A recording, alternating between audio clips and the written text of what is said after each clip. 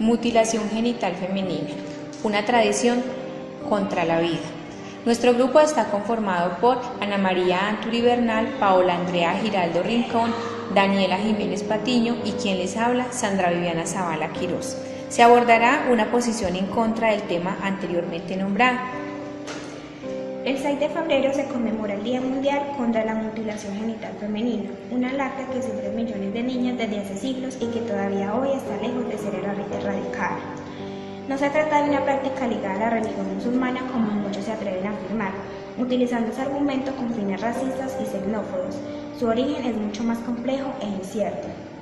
La ablación, como se conoce comúnmente, la mutilación genital femenina, parte de un ritual de iniciación a la edad adulta practicada indistintamente por musulmanes, cristianos y animistas de ciertos países de África y de Oriente Medio. Realizan dicha intervención parteras o curanderas del lugar, sirviéndose de herramientas no muy ortodoxas como cristales, cuchillos oxidados o cuchillas viejas de afeitar y sin ningún tipo de anestesia ni calmantes para el dolor. Aunque algunos países han modificado sus leyes y han declarado ilegal esta práctica, se siguen realizando intervenciones de manera clandestina.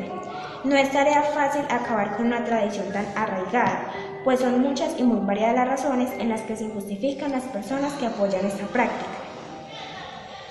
Por un lado, existen razones de limpieza y de higiene. En algunas sociedades, las mujeres que no han sido mutiladas no pueden acarrear agua o preparar la comida porque no son puras. Se considera que los genitales femeninos son feos y sucios, y por ello es necesaria su extirpación. Incluso hay tribus donde existe la creencia de que si el clítoris no se elimina, crece como el órgano sexual masculino, o que si se llega a tocar el pene del hombre, éste morirá. Existen también razones de salud. Algunos pueblos piensan que la mujer inflada es más fuerte contra las enfermedades y puede dar mejor a luz. Incluso hay lugares donde se cree que la que no pasa por esta experiencia no puede tener hijos.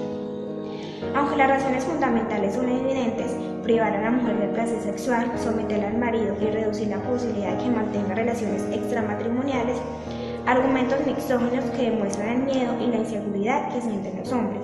Si la mujer carece de deseo sexual, se reducen las posibilidades de que use sexo fuera del matrimonio, con lo cual el hombre de la familia está a salvo. En muchos casos se considera que solo el hombre debe sentir el placer sexual, por lo que aquellas mujeres que no han sido circuncidadas lo tienen muy difícil para contraer matrimonio. Cuando se presenta un caso de tal calibre en nuestro país, debemos hacernos una pregunta fundamental. ¿Es legítimo respetar una costumbre cultural aun cuando atenta contra los derechos humanos? Los primeros casos aparecidos en Europa dejaron perplejos a los pediatras y ginecólogos, que no sabían muy bien cómo actuar, si denunciarlo a las autoridades o mostrarse tolerantes ante una tradición cultural diferente a la nuestra. En la actualidad, ese dilema ya no es posible. Estamos en contra de la mutilación genital femenina porque refleja la desigualdad de género y la arraigada discriminación contra la mujer, siendo sometida a crueles torturas inhumanas que atentan contra los derechos como la salud, la integridad física y la vida de mujeres y niñas, violando sus derechos sexuales y reproductivos. Todo a causa del poder que los hombres quieren ejercer sobre las mujeres. Esta práctica se presenta por razones culturales o religiosas. En muchos lugares, los proveedores de asistencia sanitaria practican la mutilación genital femenina, movidos por la errónea creencia de que el procedimiento es más seguro si se realiza en condiciones medicalizadas. La OMS, sin embargo, incita a que nosotros, los profesionales de la salud, nos abstengamos de efectuar tales intervenciones, es decir, que la mutilación genital femenina comprende todos los procedimientos practicados de forma intencional y no por motivos médicos, que alteran o lesionan los órganos genitales femeninos. Estos procedimientos no aportan ningún beneficio a la salud de las mujeres y niñas. Pueden producir problemas urinarios como micción dolorosa e infecciones, y más tarde pueden causar quistes y demás consecuencias que serán nombradas a continuación.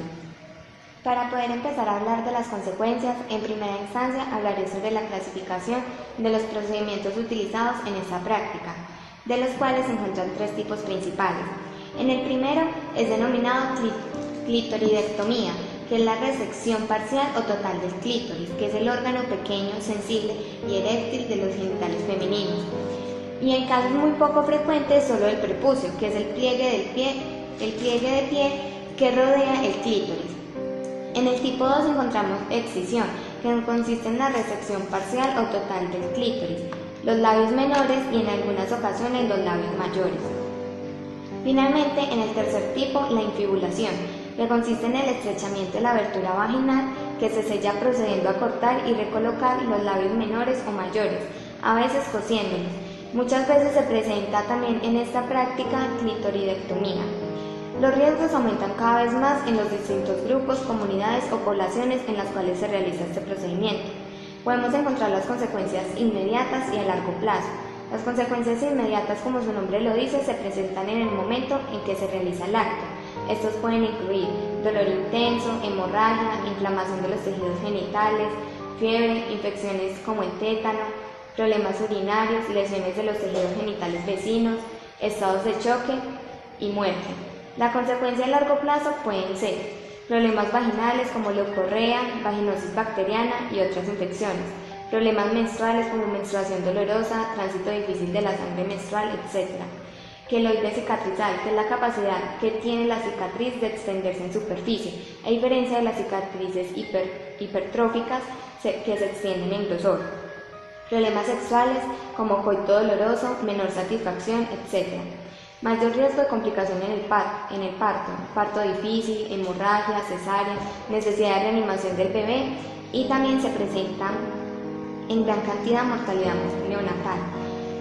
También la necesidad de nuevas intervenciones quirúrgicas, por ejemplo, cuando después de haber sellado o estrechado la abertura vaginal, hay que practicar un corte para ensanchar la abertura y hacer posible el coito y el parto.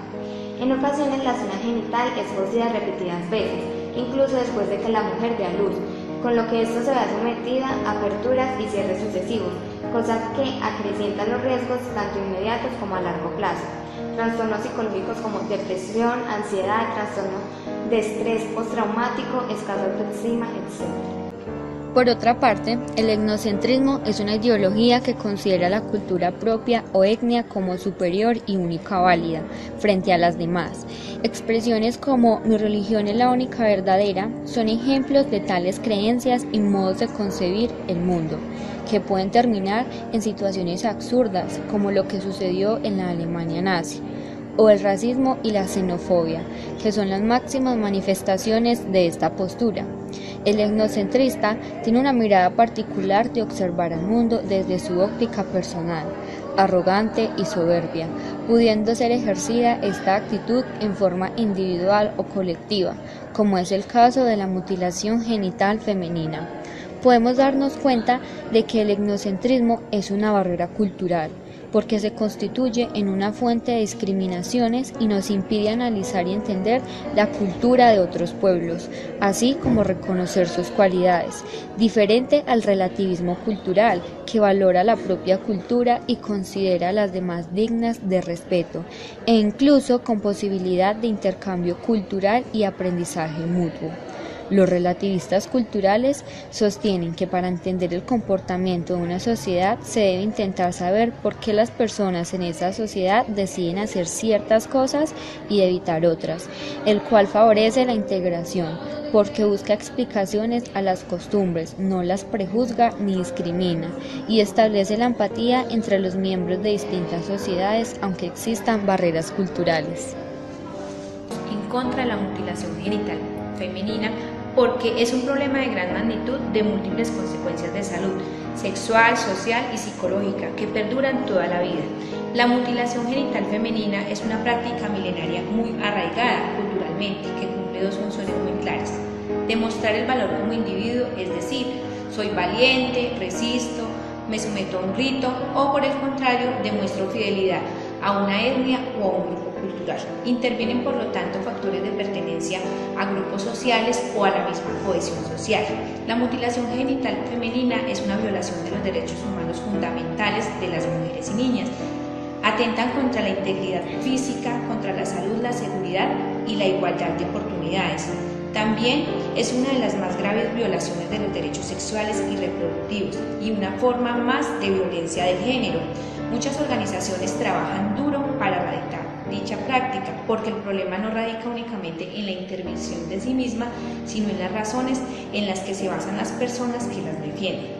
Por mucha información que se le brindan a las familias, es extremadamente complicado acabar con todo este tipo de creencias o rituales que son de costumbres tan arraigadas, aunque bien es cierto que lo último que debe de hacerse es tirar la toalla. Por eso hay que apoyar al máximo a todas las organizaciones que luchan cada día para que millones de mujeres recuperen la autoestima y no vuelvan a avergonzarse de su cuerpo, ni de su sensación, ni de su sexualidad, ni de sus deseos. Como personal de la salud debemos resaltar la importancia y la manera de informar a la comunidad, teniendo en cuenta algo muy importante: su cultura, sus costumbres, un enfoque de la salud sana y a partir de ello utilizar materiales adaptados al nivel cultural y educativo. Este video fue presentado por estudiantes de la Corporación Universitaria Alexander von Humboldt, segundo semestre de la Facultad de Ciencias de la Salud, programa de Enfermería. Gracias.